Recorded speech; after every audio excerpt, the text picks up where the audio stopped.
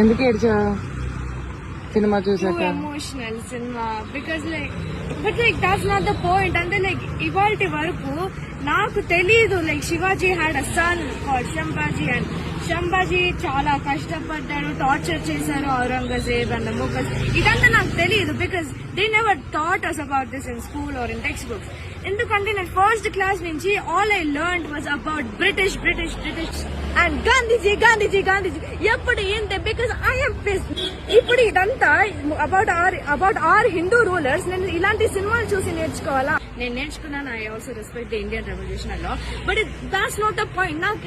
నేను first class నుంచి నేర్చుకుంటుంది అదే అంటిల్ 7th క్లాస్. అండ్ ఈ ఇయర్ 9th క్లాస్ మాకు ఏం నేర్పించారో తెలుసా?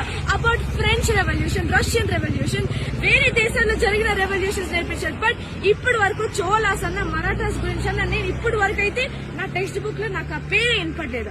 అక్కడక్కడ అలాగే బ్రిటిషర్స్ వచ్చినప్పుడు చోళ కింగ్డమ్ టేక్ ఓవర్ చేశారు, మరాఠా కింగ్డమ్ టేక్ ఓవర్ చేశారు అని మాత్రమే నాకు నేర్చుకోవాలని ఉంది. This is our Indian history, it is our culture. They were Hindus.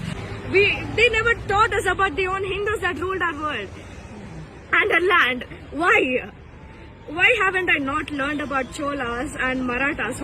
There is nothing in history that I watched in the movies right now.